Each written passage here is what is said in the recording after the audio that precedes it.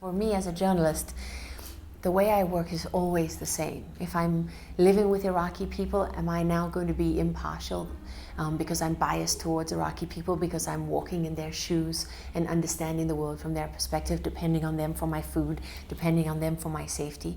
How is that really different to depending on the US military for my food and for my safety? I mean, I think as a journalist, you have to listen critically to anything anyone is telling you. What's your first job? Is to understand, why is this person telling me this?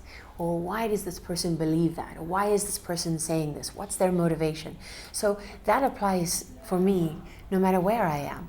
I mean, I wanted to be with Iraqis in Baghdad. I didn't want to be embedded because I wanted to know what it was like to be on the receiving end of the invasion and to report from that perspective. But, you know, after that, I would go in embed and not embed sometimes.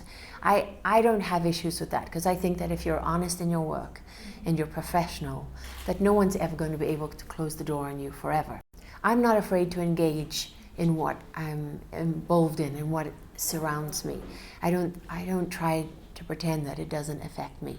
I mean, what kind of person are you if you can be in the middle of a flood and there are children that are separated from their families and you have no emotion towards them? Or is that an acceptable emotion? I mean, the big lie of journalism is that we don't have any emotions and we don't make any subjective judgments, and those things are just not true, and they're difficult to admit because they expose you to criticism.